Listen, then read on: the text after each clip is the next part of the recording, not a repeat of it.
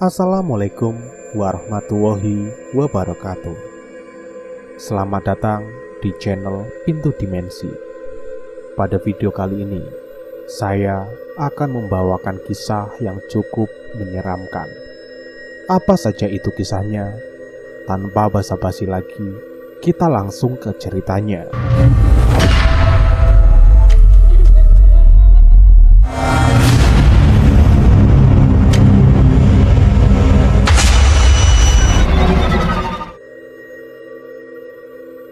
Tengah malam, sekitar jam 12, seorang wanita berparas cantik bersama dua orang lelaki berbadan besar masuk ke dalam lobi hotel.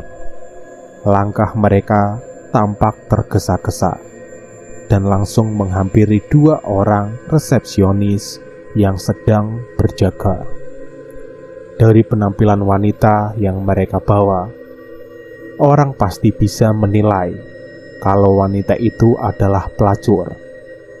Dandannya menor, ginju merah tebal menempel di bibirnya, bedak murahan melapisi wajahnya. Baju yang ia pakai menampakkan pusar atau udel di perut. Celananya juga pendek, sepaha, dan hampir selengkangan. Kamar nomor 111. "Sudah booking ya, Pak?" tanya Harry si resepsionis. "Iya, jangan banyak tanya, cepat!" Lelaki botak yang satu lagi malah membentak. "Maaf, Pak, bisa tunjukkan KTP-nya?" Salah satu dari mereka menyerahkan KTP dengan wajah kesal. Harry dibantu rekan kerjanya langsung memeriksa data diri lelaki itu di komputer.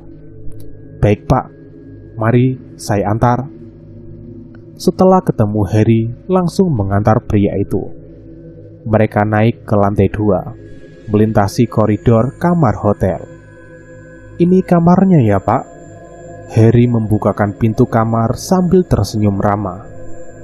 Tanpa berterima kasih, mereka langsung masuk ke dalam kamar itu. Harry seperti sudah biasa menerima perlakuan seperti itu dari tamu. Dia pun beranjak pergi. Ia kembali berjaga bersama di meja resepsionis bersama Tiara, rekan kerjanya. Sesaat kemudian, ia melihat sesuatu tergeletak di lantai. "Tiara, ada dompet tuh!" tunjuk Harry sambil menyenggol Tiara yang sedang mengantuk. "Wah, itu pasti punya tamu barusan." Tiara bangkit dari tempat duduknya, lalu mengambil dompet tersebut. Ia membuka dompet itu, lalu mencomot sebuah KTP dari dalamnya. Tiara memperhatikan foto KTP tersebut. Wajahnya sama persis dengan tamu yang datang barusan. "Ini punya si bapak yang barusan check-in, sana antarkan," suruh Tiara pada Harry. Harry berdecak kesal. Kenapa nggak lo aja sih?" "Malas gue, lo aja sana sekalian. Tadi kan lo yang antar mereka ke kamar." "Biar gue panggil room service aja ya," kata Harry sambil meraih telepon. Tapi tidak ada satupun yang menjawab teleponnya. "Sialan, pada pergi kemana sih?" Ia menutup telepon itu. "Udah, lu aja sana, cuma nganterin dompet doang. Siapa tahu lu dapat uang tip." Tiara terus saja memaksa. Akhirnya Harry mengalah dan meraih dompet itu, lalu beranjak dari meja resepsionis. Setibanya di depan kamar nomor 111, ia heran kenapa pintu kamarnya tidak dikunci. Pintu itu terbuka sedikit, mungkin sejengkal tangan. Dari kamar, Harry mendengar suara erangan seorang wanita dan desahan dua orang lelaki. "Bangsat!" gumaman Harry sambil menggelengkan kepala. Ia urung mengetuk pintu itu, lalu melangkah lagi menuju lift. Harry akan tunggu 2 jam lagi setelah mereka selesai bermain. Saat Harry menunggu lift, Tiba-tiba ia mendengar jeritan wanita seperti dipukuli dari dalam kamar nomor 111. Beberapa kali wanita itu menjerit, suaranya terdengar sangat keras.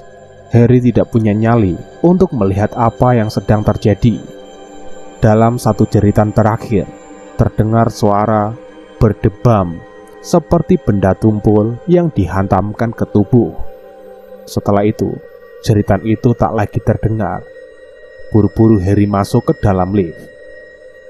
Di lobi, lelaki itu heboh menceritakan apa yang didengarnya barusan. Tiara tampak tidak peduli. Kedua matanya mengantuk. Tiara bilang, "Jangan terlalu mencampuri urusan orang." Wanita itu tahu kalau hotel ini memang sering digunakan sebagai tempat prostitusi. "Ra, kita harus lapor. Itu cewek tadi kayaknya dianiaya." "Udah, jangan pusing-pusing. Kita di sini hanya resepsionis." Tiara kembali tidur di atas meja. Selang beberapa saat, dua lelaki muncul dari lift dan langsung menghampiri resepsionis. "Heh, teman kami, salah satu masih di kamar. Besok dia mau check out," ujar salah satu dari mereka, lalu pergi begitu saja. "Oh, iya pak, ini dompet bapak yang tadi jatuh di lantai." Ragu-ragu Harry menyerahkan dompet itu. Lelaki berkepala bontak-pelontos mengambilnya, dan lagi-lagi tanpa ucapan terima kasih, mereka pun pergi dari hotel. "Itu mereka orangnya, Ra." Harry menunjuk ke arah dua lelaki itu. Udah, jangan tunjuk-tunjuk." "Tiara, bagaimana kalau cewek tadi udah mati?" Harry ketakutan, ia menyentuh bahu Tiara. "Kan dua cowok tadi udah bilang kalau si cewek masih di dalam kamar." Harry pun mengajak untuk meriksanya. "Periksa yuk." "Enggak ah, udah jangan parnoan gitu." Tiara semakin kesal. Ia mengibahkan tangan Harry dari bahunya. Tiba-tiba telepon berdering. Harry segera mengangkatnya. "Ya, dengan resepsionis, ada yang dapat kami bantu?" "Hai, aku pesan nasi goreng dong." Terdengar suara imut dari suara telepon. "Iya baik, mau antar ke kamar nomor berapa ya?" tanya Harry sambil mencatat pesanan. "Nomor 111. Saat mendengarnya, hati Harry lega. Ternyata benar kata Tiara kalau wanita itu masih hidup. "Ada lagi yang mau dipesan, Mbak?" "Sama jus jeruk ya, Mas." "Baik, Mbak." Setelah telepon ditutup, Harry langsung menghubungi room service untuk memproses makanan yang dipesan wanita itu. Beberapa saat kemudian, nasi goreng berhasil diantarkan oleh petugas. Tapi Harry masih penasaran dengan kondisi wanita itu. Andre, lu tadi antar makanan ke kantor nomor 111 ya? Gimana keadaan cewek itu?" "Oh, dia baik-baik saja kok. Katanya dia juga mau renang." "Oh gitu ya Andre. Bisa antar aku ke kolam renang gak?" Sebelum mereka selesai bercakap, seorang wanita itu muncul dari lift. Ia sudah mengenakan bikini yang diselimuti handuk kimono. "Oh, baik bu." Andre dengan sigap menghampiri wanita itu, lalu mengantarkan ke kolam renang. Harry mengikuti dari belakang. Diperlihatkannya wanita yang sedang berenang itu. Jarang sekali ada tamu yang mau berenang tengah malam seperti ini. Harry pun masih penasaran. Ia naik ke lantai 2, lalu buru-buru menghampiri kamar nomor 111.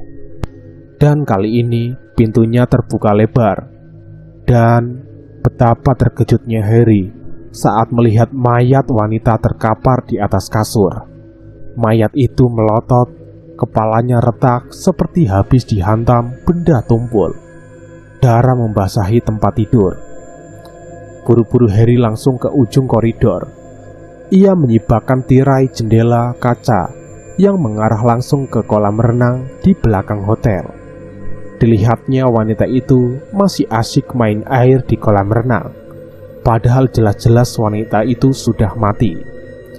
Saat Harry masih tercengang dengan apa yang dilihatnya, tiba-tiba pintu kamar nomor 111 tertutup sendiri dengan keras, seperti ada yang membantingnya.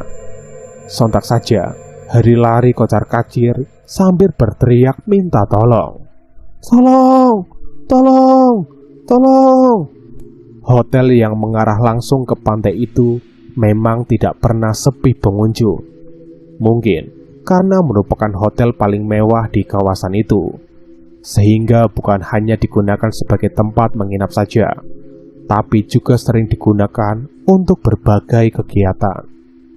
Walau beberapa minggu lalu pernah terjadi pembunuhan terhadap seorang pelacur, hotel ini tak lantas dihindari dari pengunjung. Kamar nomor 111 yang bekas pembunuhan itu hanya ditutup selama 5 hari. Pihak hotel membuka kembali pemesanan untuk kamar nomor 111. Setelah kasusnya selesai, pelaku berhasil diidentifikasi melalui CCTV. Mereka pun ditangkap dan diadili. Belum ada yang menempati kamar itu semenjak terjadi pembunuhan. Namun, akhirnya tepat pada bulan Oktober, pemerintah pusat mengadakan sebuah acara untuk memperingati Bulan Bahasa. Acara tahunan itu dinamakan Pemilihan Duta Bahasa Seprovinsi. Kebetulan sekali hotel bekas pembunuhan terpilih sebagai tempat perhelatannya. Wah, bagus banget hotelnya ya, Fadil sumringah saat tiba di halaman hotel. Dia adalah salah satu mahasiswa yang menjadi perwakilan kampusnya. "Ya Dil, makannya enak-enak," kata Zainal. Dia satu kampus dengan Fadil. Mereka berdua tiba di hotel tersebut setelah menempuh perjalanan selama 1 jam. Halaman hotel mulai ramai. Para peserta dari berbagai kampus seprovinsi mulai berdatangan. Satu persatu mereka melakukan check-in di lobi hotel. "Lu kamar nomor berapa?" tanya Zainal sambil memegang kunci kamar Fadil. 111 nih," jawab Fadil. "Wah, nomor cantik. Tukeran mau nggak?" tawar Zainal. "Emang lu nomor berapa?" Fadil meraih kunci di tangan Zainal. "Nomor 80. Tukeran ya?" "Aduh, kamar lu pasti di lantai atas, jadi pemandangannya pasti indah banget." Zainal memaksa. "Ya udah, terserah lu aja lah." Bagi Fadil, tidak masalah mau tidur di kamar nomor berapapun, yang penting bisa istirahat. Perjalanan dari kampus ke hotel lumayan membuatnya lelah. Dia ingin segera membaringkan diri di kasur hotel yang empuk. Zainal diantarkan ke lantai 2 oleh Harry, si resepsionis, yang pernah melihat mayat di kamar itu. Wajah Harry terlihat gugup. Sebenarnya dia khawatir pada tamu yang sedang diantarnya. Harry yakin kalau wanita yang pernah mati di kamar itu masih bergentayangan, sebab Harry sering mendengar suara gaduh di dalam kamar nomor 111. Kadang ada suara tawa perempuan, kadang menangis, kadang seperti ada yang sedang menonton televisi. Padahal jelas-jelas kamar itu kosong, tidak berpenghuni. "Ini kamarnya ya Mas?" Harry membukakan pintu sambil tersenyum ramah. "Wah, kamar ini rapi. Ada spring bed warna putih dan 2 bantal. Di dindingnya menempel TV LED 40 inch. Ada kulkasnya juga." ucap Zainal. Kamar itu juga dilengkapi sebuah kamar mandi yang terbilang cukup mewah. Di atas meja sudah disiapkan sepasang sendal selop tipis ala hotel. Wow, Zainal terkagum-kagum. Ia memang baru pertama kalinya ia menginap di hotel. "Ada apa ya Mas?" tanya Harry. "Bagus banget kamarnya Mas." Zainal membuka sepatu. Dia lalu membaringkan badan di atas spring bed yang empuk. "Ya tentulah Mas, ini kan hotel. kata Harry. Zainal nyengir. Mantap pak. Ia selalu mengacungkan jempol ke arah Harry. Entah dari mana suaranya, tiba-tiba terngiang di telinga Harry suara tawa seorang wanita. Kenapa pak? Tanya Zainal yang heran melihat ekspresi si resepsionis. Nggak apa-apa kok mas. Kalau butuh apa-apa, telepon aja ya. Ini nomornya sudah tertera. Sip. Zainal nyengir lagi. Harry kemudian menutup pintu kamar tersebut. Setelah mengikuti pembekalan di ballroom selama berjam-jam, Zainal pulang ke kamarnya. Dia sangat lelah. Lampu ia matikan dan hanya menyalakan lampu tidur saja. Televisi dibiarkan menyala, menayangkan channel khusus olahraga. Tidak lama kemudian, dia tertidur, sementara televisi masih menyala. Entah pada jam berapa, Zainal terbangun. Ia mendengar tawa seorang wanita seperti sedang asik menonton televisi. Dalam keadaan mengantuk, ia meraba-raba remote televisi. Matanya mincing ke arah layar. Zainal heran kenapa tayangannya berganti ke serial drama Korea. Tanpa pikir macam-macam, ia langsung mematikannya, lalu kembali tidur. Sebelum terlelap kembali, tiba-tiba dia mencium bau parfum wanita yang sangat menyengat. Ia mengendus-enduskan hidungnya. Zainal pun bangun dan melangkah ke kamar mandi karena bau parfum itu berasal dari sana. Sesaat sebelum ia membuka pintu kamar mandi, seseorang menekan bel pintu kamarnya. Berkali-kali bel itu ditekan. Zainal membuka pintu kamarnya. Ia menoleh ke sekeliling, tapi tidak ada siapa-siapa di sana. Mungkin tadi ada orang yang iseng. Pintu itu ditutup kembali oleh Zainal. Masih penasaran dengan bau parfum yang ia endus, ia akhirnya perlahan membuka pintu kamar mandi itu. Anehnya, tidak ada apa-apa di dalam sana. Zainal mendongok ke atas, tapi tetap saja tidak ada apapun.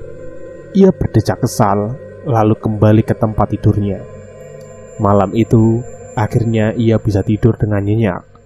Namun, lagi-lagi saat ia bangun di pagi hari, televisi itu sudah menyala. Ia mencoba mengingat-ingat dan yakin tidak menyalakan televisi sebelum tidur. Pasti televisinya rusak ini, gumam Zainal. Diambillah sebuah remote televisi lalu mematikannya. Hari ini akan ada seminar tentang sejarah bulan bahasa. Ia harus segera mandi dan sarapan. Beberapa saat kemudian telepon berbunyi. Saat itu Zainal sedang mengenakan pakaian. Buru-buru ia mengangkatnya. Halo Zainal, kita ketemu di bawah ya. Udah disiapin sarapan tuh.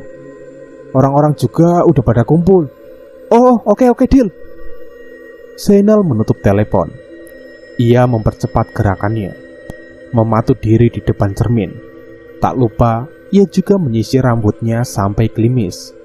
Setelah rapi dengan mengenakan batik keemasan, celana bahan, dan sepatu pantofel, ia kemudian bergegas ke lobi. Di sana sudah ramai oleh para peserta. Mereka mengambil sendiri makanan yang sudah disajikan oleh pihak hotel. Zainal dan Fadil bergabung satu meja dengan dua peserta lain yang berasal dari Tangerang. Kalian tahu nggak kalau pernah ada pembunuhan di hotel ini? Tanya si Santi. Seriusan? Fadil penasaran. Iya, tapi kamar hotelnya dirahasiakan. Nggak ada yang tahu pembunuhan itu terjadi di kamar nomor berapa. Menurut gue, hotel ini memang angker, ujar si Hilda. Ya, setiap hotel pasti saja ada penghuni gaibnya.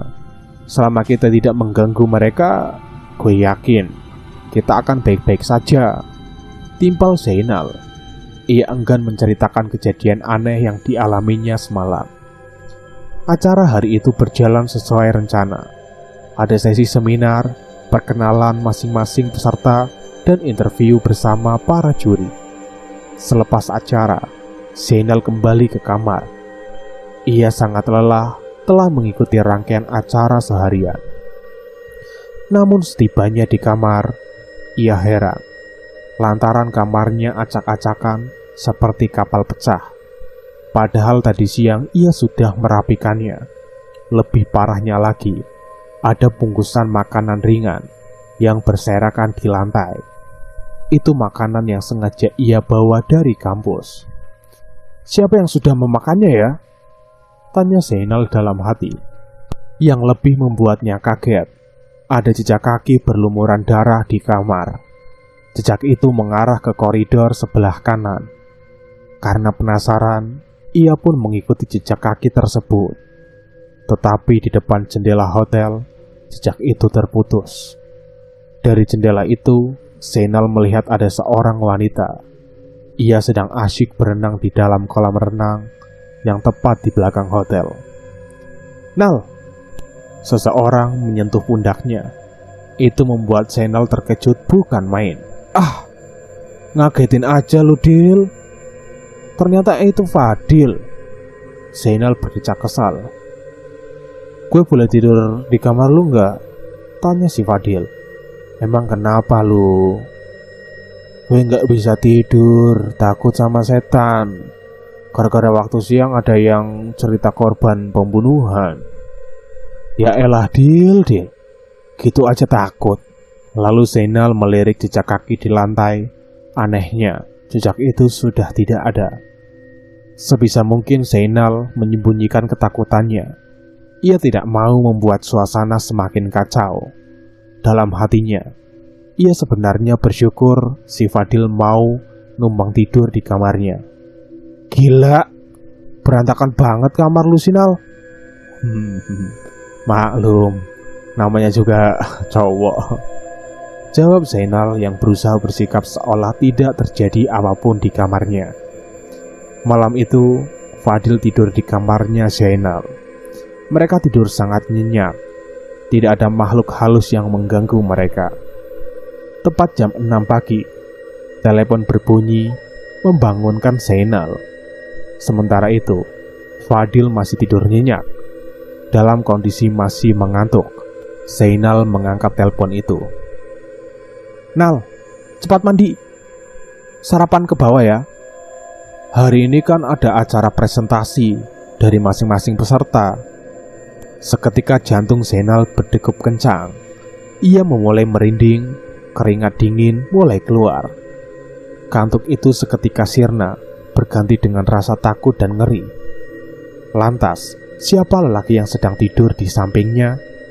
Zainal yang ketakutan perlahan meletakkan kembali genggaman telepon itu. Ia menelan ludahnya sendiri, lalu membalikkan badan. Lelaki yang barusan tidur di sampingnya sudah menghilang. Zainal terkejut, jantungnya berdetuk dengan kencang.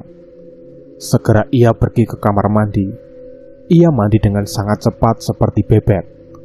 Kurang dari 10 menit, ia keluar dari kamar mandi dan langsung mengenakan pakaian tanpa memantut diri di depan cermin. Penampilan Zainal acak-acakan. Dia bahkan belum sempat memasukkan baju kemejanya ke dalam celana. Di tangannya ada sebuah stop map yang berisi bahan untuk presentasi. Wajah Zainal terlihat panik saat ia duduk di meja makan bersama Fadil. "Lu kenapa, Nal?" Fadil heran melihat penampilan temannya yang sangat acak-acakan itu. "Dil, di kamar gue ada setannya." "Hah? Serius lu?" "Jadi gini Dil, tadi malam setan itu menyerupai lu dan dia tidur sama gue." Mendengar pernyataan temannya, Fadil tersedak. Segera ia meminum air putih. Kedua matanya sampai berair. "Hei, pelan-pelan Dil, nanti tersedak." Pindah kamar saja lu," saran si Fadil. "Iya nih, gue mau ngomong ke panitianya." "Ya udahlah, terserah. Yang cepet-cepet kamu cepet pindahlah. Takutnya nanti ada apa-apa." Selesai sarapan, mereka berdua kembali ke ballroom. untuk mengikuti sesi presentasi. Di sana, para peserta sudah berkumpul. Tema presentasi kali ini adalah Bahasa Indonesia sebagai alat pemersatu. Fadil dan Zainal sudah mempersiapkannya dengan sangat matang. Ruangan itu bergemuruh. Para peserta masih mengobrol satu sama lain. Sebelum akhirnya Pak Denny, ketua pelaksana, berbicara melalui mikrofon. "Selamat pagi semuanya." "Pagi, Pak," jawab mereka serentak. "Baiklah, pada pagi hari ini kita akan melaksanakan sesi presentasi. Dari masing-masing peserta, semuanya sudah siap?" "Sudah, Pak," jawab mereka yang sangat kompak. Satu persatu, mereka melakukan presentasi. Sampai akhirnya, tibalah giliran Zainal yang maju ke depan. Ia menanyakan beberapa slide PowerPoint yang sudah disampaikannya dalam flash disk. Awalnya semua berjalan dengan lancar.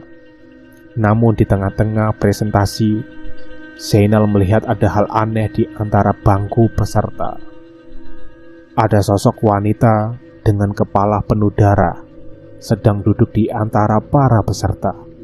Wanita itu melihat ke arah Zainal dengan tatapan datar. Zainal tidak bisa menahan diri.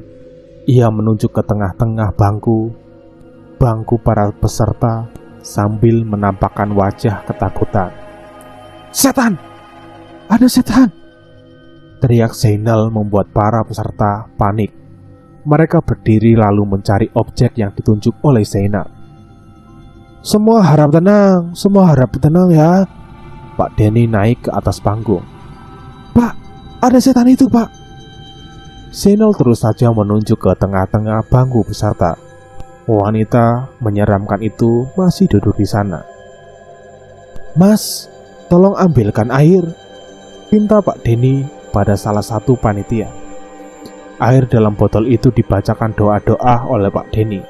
Ia lalu membasuhkan air tersebut pada wajah Zainal. Seketika saja, wanita yang dilihat Zainal itu menghilang. Ia mulai tenang, tapi napasnya masih terengah-engah. Tenang, tidak apa-apa. Semua peserta duduk kembali di tempat masing-masing ya. Kita akan lanjutkan presentasinya," ujar Pak Denny. Zainal dituntun untuk turun dari panggung, lalu diberi minuman air doa. "Kamu gak apa-apa kan?" tanya Pak Denny sambil menatap wajah Zainal yang masih tercengang dengan penampakan makhluk mengerikan tadi. "Tadi ada cewek yang wajahnya penuh darah, Pak. Itu di sana, Pak. Dia duduk di sana, Pak," tunjuk Zainal. Tiba-tiba Fadil menghampirinya. "Nal, lu itu kenapa sih?" "Oh ya, Pak, tolong Zainal dipindahkan aja kamarnya," pinta Fadil. "Iya, Pak, kamar saya ada setannya." "Itu cuma halusinasi kamu saja. Nggak ada setan di sini," Pak Denny menyangkal. "Saya tetap mau pindah kamar, Pak." "Ya udah, nanti saya coba carikan yang mau bertukar kamar sama kamu ya."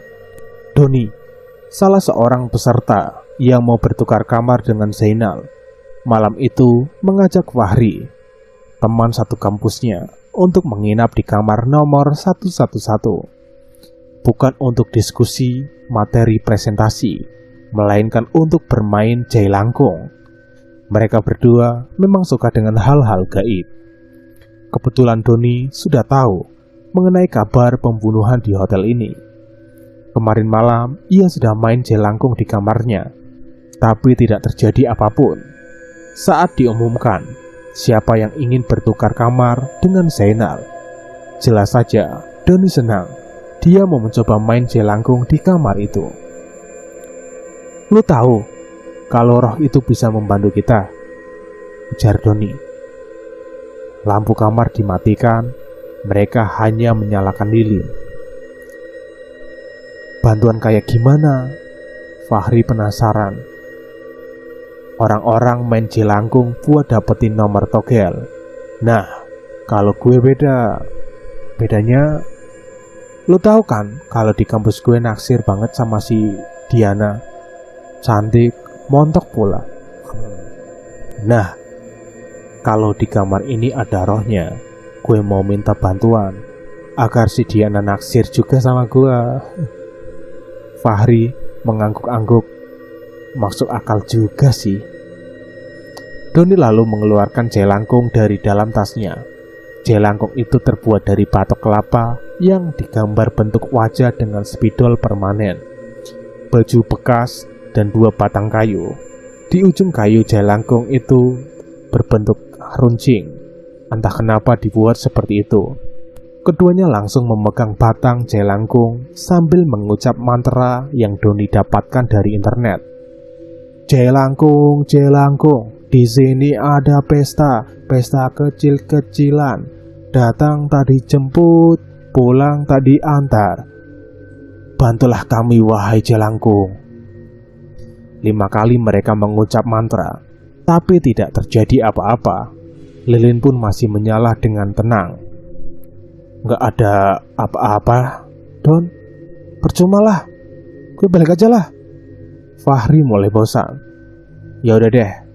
Doni menyalakan kembali lampu kamarnya dan meniup lilin.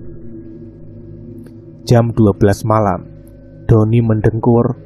Dia tidur dengan sangat nyenyak. Lampu dimatikan. Yang menyala hanya lampu tidur. Jelangkung tadi masih bergeletak di lantai bersama lilin yang sudah padam. Namun tiba-tiba lilin itu menyala kembali dengan sendirinya. Jelangkung bergerak seperti ada yang menggerakkannya, lalu seketika berdiri dengan tegak. Jelangkung itu melayang di tengah temaramnya cahaya lilin. Dari langit-langit kamar muncul suara seorang wanita menirukan mantra jelangkung yang diucapkan Doni. Jelangkung itu semakin mendekat, kini melayang di atas Doni yang sedang tidur nyenyak. Pagi hari, bel kamar Doni berbunyi. Dia kesiangan. Fahri sudah menelponnya berkali-kali, tapi tetap tidak diangkat. Sekarang pintu itu digedor keras oleh Fahri. Dia heran, kenapa Doni tidur sangat pulas. Sementara sebentar lagi akan ada UKBI, Ujian Kemahiran Bahasa Indonesia, dan Doni pasti akan telat. Don, bangun Don. Fahri terus menggedor pintu itu sekuat tenaga, namun tetap tidak ada jawaban. Ia lalu pergi ke lobi meminta bantuan ke petugas hotel untuk membukakan pintu kamar Doni. Fahri takut ada hal yang terjadi pada temannya itu. Anehnya, saat Fahri kembali dengan membawa seorang petugas hotel, kamar Doni malah sudah terbuka.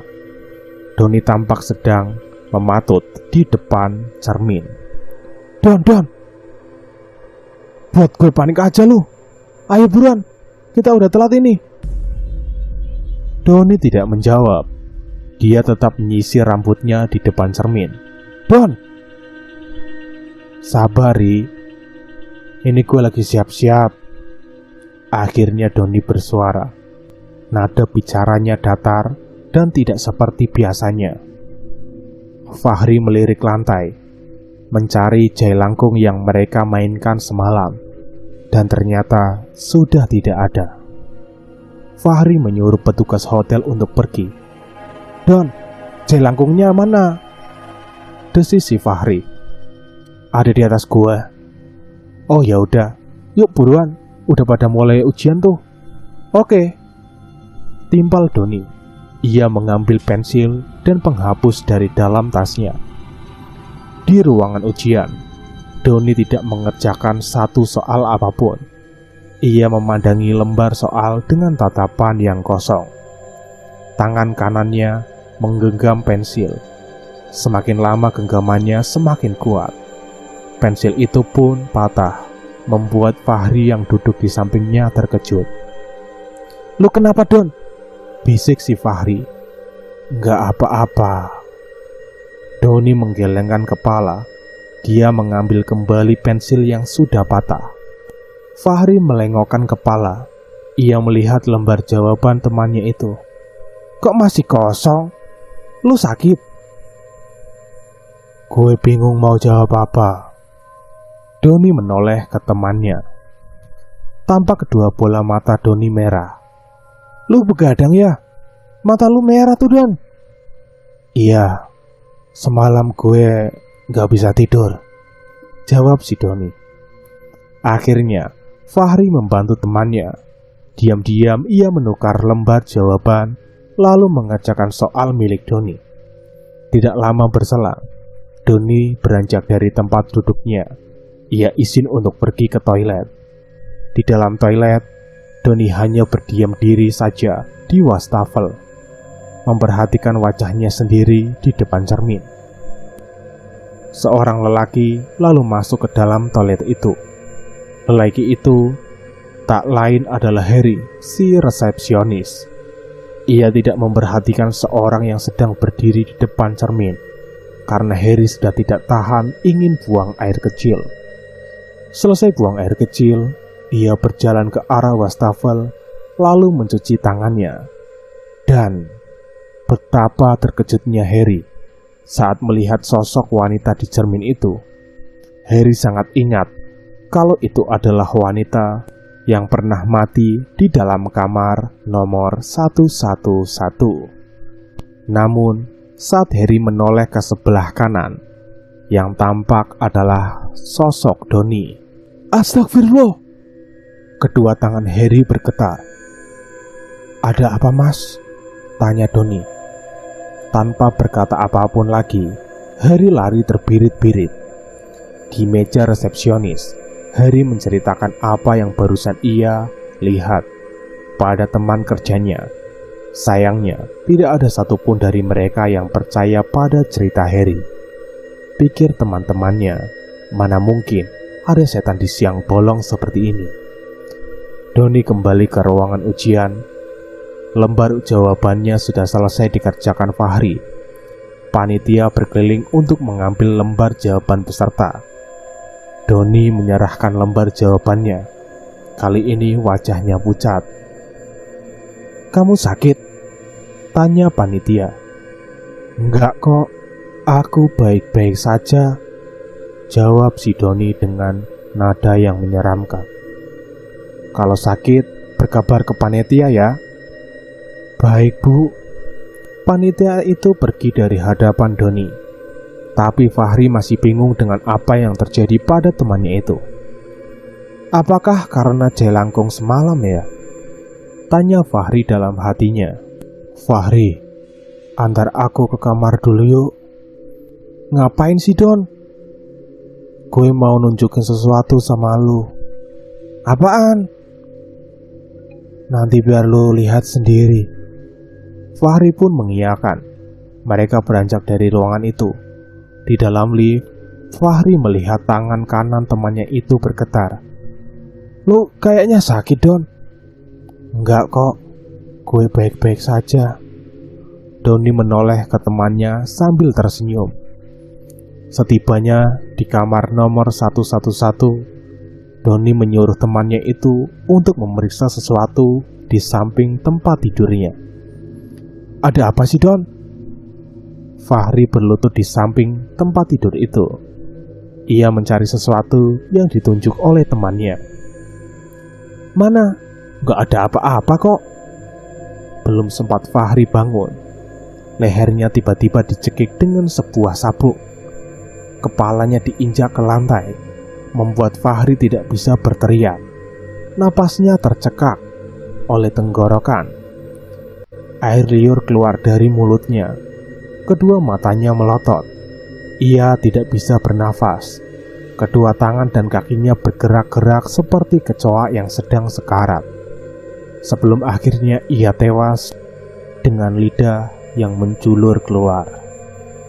Doni menyeret mayat temannya itu ke dalam kamar mandi. Setelah selesai, ia lalu kembali ke ruangan ujian untuk mengikuti acara selanjutnya. Selama coffee break, ia terus-terusan menatap Hilda yang ditatap sekali tersenyum sambil mengangguk-angguk. Temanmu mana? Panitia menyentuh pundak Doni. Dia pulang, Pak, jawab si Doni dengan singkat. Hah? Pulang? Pulang kemana? Bukan, dia pulang ke rumah. Panitia pun terkejut mendengar penjelasan Doni. Bagaimana mungkin ada peserta yang pulang begitu saja di tengah-tengah acara seperti ini? Kenapa dia pulang? Tanya panitia. Katanya ada urusan keluarga, Pak. Tapi seharusnya dia izin ke panitia. Kalau begitu, kita anggap dia gugur ya. Doni hanya mengangguk. Ia tidak sedikit pun menampakkan wajah panik.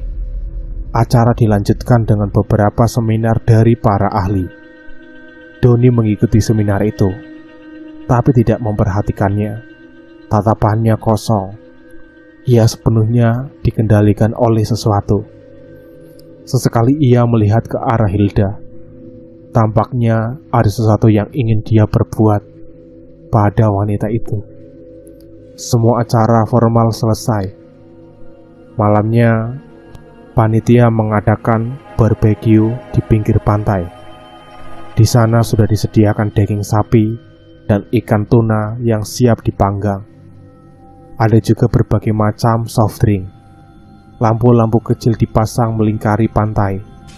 Sementara deburan ombak membuat suasana semakin damai. Semua peserta terlihat gembira. Mereka berbaur, mengobrol satu sama lain, dan juga berfotoria dan bernyanyi bersama. Lain halnya dengan Doni.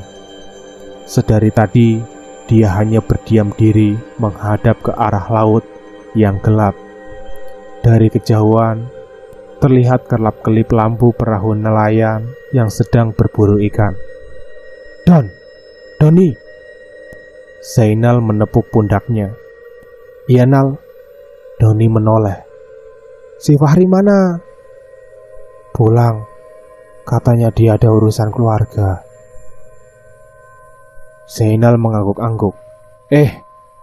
Lu kenapa diam aja sih? Ngobrol dong sama anak-anak yang lain. Nih, buat lo. Zainal menyodorkan sekeleng minuman rasa jeruk. Doni mengambilnya. Terima kasih, Nal. Ya sudah, gue gabung sama anak-anak lagi ya, kata si Zainal. Doni hanya mengangguk. Ia lalu menoleh ke arah Hilda yang sedang asik mengobrol. Tak lama kemudian, Doni menghampirinya. Ia mengajak Hilda berkenalan. Semakin lama, Hilda merasa nyaman mengobrol dengan Doni. Lelaki itu lalu membawa Hilda menjauh dari kerumunan orang. Mereka berjalan kecil menyusuri pinggir pantai. Keesokan paginya, panitia panik mendapat laporan kalau Hilda hilang. Dia tidak ada di kamarnya. Padahal semalam ia ikut acara di pinggir pantai. Tidak ada yang tahu di mana keberadaan Hilda sekarang. Kata Zainal, semalam dia melihat Hilda bersama Doni. Pak Denny, ketua panitia, langsung mendatangi kamar Doni. Beberapa kali ia membunyikan bel pintu kamar Doni. Tidak kunjung dibuka. Ia lalu meminta bantuan petugas hotel untuk membuka kamar nomor 111 karena terkunci dari dalam. Saat pintu berhasil dibuka, semua orang yang melihat Doni berteriak histeris. Doni terkapar tewas dengan luka sayatan di lehernya. Ia seperti habis digorok oleh lehernya sendiri dengan pisau kecil. Di dinding ada coretan darah yang bertuliskan, "Jangan ganggu, pergi sekarang juga." Di samping Doni tergeletak sebuah jelangkung yang juga berlumur darah. Pak Denny lalu memeriksa kamar mandi. Ia berteriak sambil mengucap istighfar saat melihat mayat Fahri yang mati dengan keadaan mata yang melotot. Semua perbuatan arwah Sartika. Ya, dia yang dulu pernah menjadi korban pembunuhan di kamar nomor 111. Sartika punya masa lalu yang kelam sebelum akhirnya mati di kamar nomor 111. Sartika adalah seorang pelacur yang biasa mangkal di pinggir jalan dekat dengan hotel tersebut. Malam itu memang dia sedang sial, lantaran mendapat 2 pelanggan bajingan yang merenggut nyawanya karena hal sepele. Dia dibunuh lantaran dia tidak sanggup lagi melayani kedua lelaki itu. Sekarang arwahnya gentayangan meneror para peserta yang mengganggu ketenangannya. 2 hari berlalu, acara sudah dibubarkan. Kematian 2 mahasiswa itu diberitakan oleh banyak media. Yang masih menjadi pertanyaan adalah keberadaan Hilda. Pencarian sudah dilakukan, tapi tidak membuahkan hasil.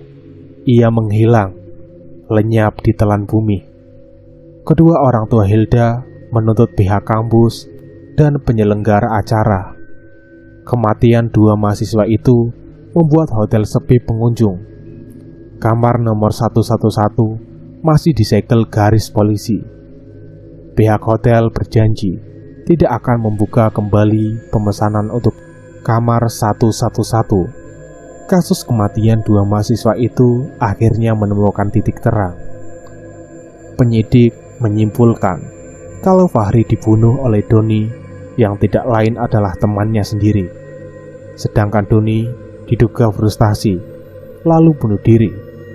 Satu hal yang tidak bisa diungkap oleh siapapun, tulisan di dinding. Siapa yang menulisnya?